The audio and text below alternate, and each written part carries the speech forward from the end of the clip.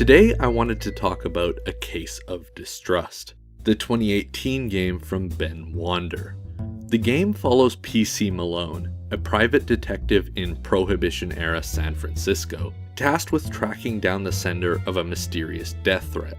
Or, at least that's how things begin. Here's the official description.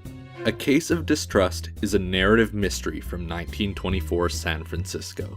Play as private investigator Phyllis Cadence Malone in this historical 2D adventure game.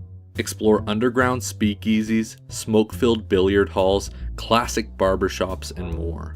Catch suspects in lies by using evidence, statements, and your wits.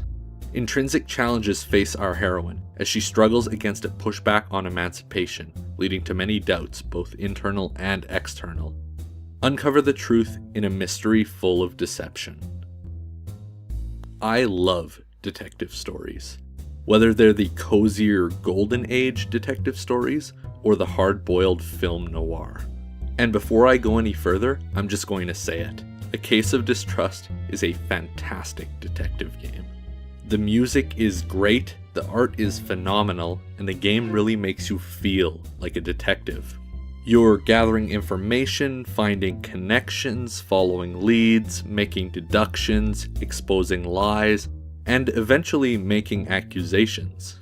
And that core loop is incredibly satisfying from both a gameplay perspective and a narrative perspective. To put it in slightly simpler terms though, A Case of Distrust is a great detective game because it immerses you in a great detective story. But what exactly does that mean? What is a great detective story, and what separates a great detective story from a mediocre one? Essentially, what works and why?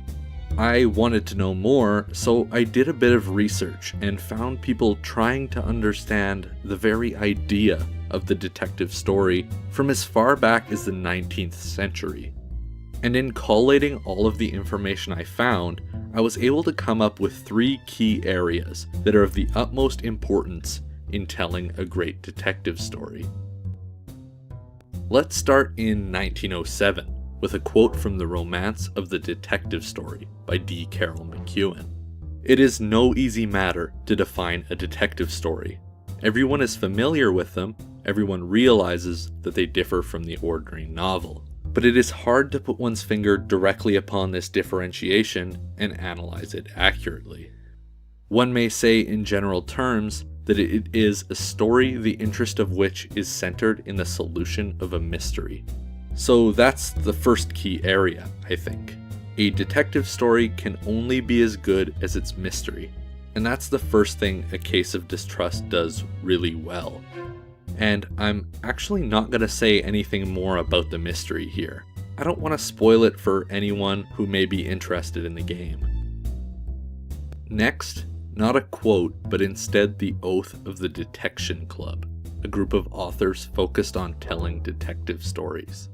Do you promise that your detectives shall well and truly detect the crimes presented to them, using those wits which it may please you to bestow upon them, and not placing reliance on, nor making use of, divine revelation, feminine intuition, mumbo-jumbo, jiggery-pokery, coincidence, or act of God? This is the second key area. In the world of detective fiction, this is known as fair play, and it's the idea that the audience should have just as good a shot of solving the mystery as the detective does. And that means the detective has to be fairly realistic. If they aren't, the audience will have a hard time following and understanding the actions of the detective. And that's a problem because, at the end of the day, everything the detective knows, the audience should know. And games in general handle this really well. Instead of simply following along with the detective, the interactivity provided by a game actually allows the player to stand in for the detective. And A Case of Distrust specifically does this really well because you're not just following along with PC Malone. For the purposes of the game, you actually are PC Malone. And you're able to easily keep up with the detective because, well, you are the detective. And lastly, a quote from Homage to Wilkie Collins by T.S. Eliot. The character and motives of the criminal should be normal.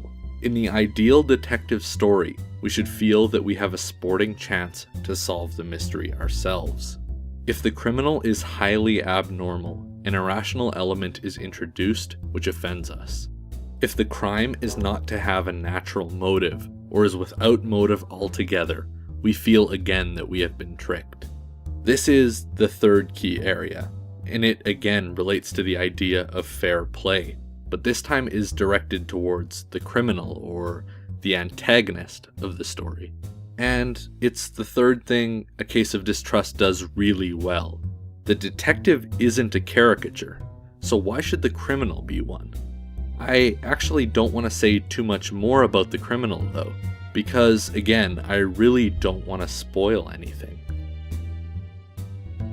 So these are the three key areas of focus when telling a detective story.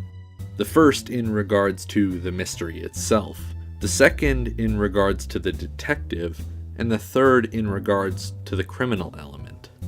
And really, that's all you'd need to tell a detective story. A mystery, a detective that the audience can understand, and a realistic criminal. And if A Case of Distrust did just those three things alone, it would probably be worth playing. But the thing is, it does so much more than just those three things. Its mystery is phenomenal, its detective is complex and relatable, and its criminal is startlingly realistic.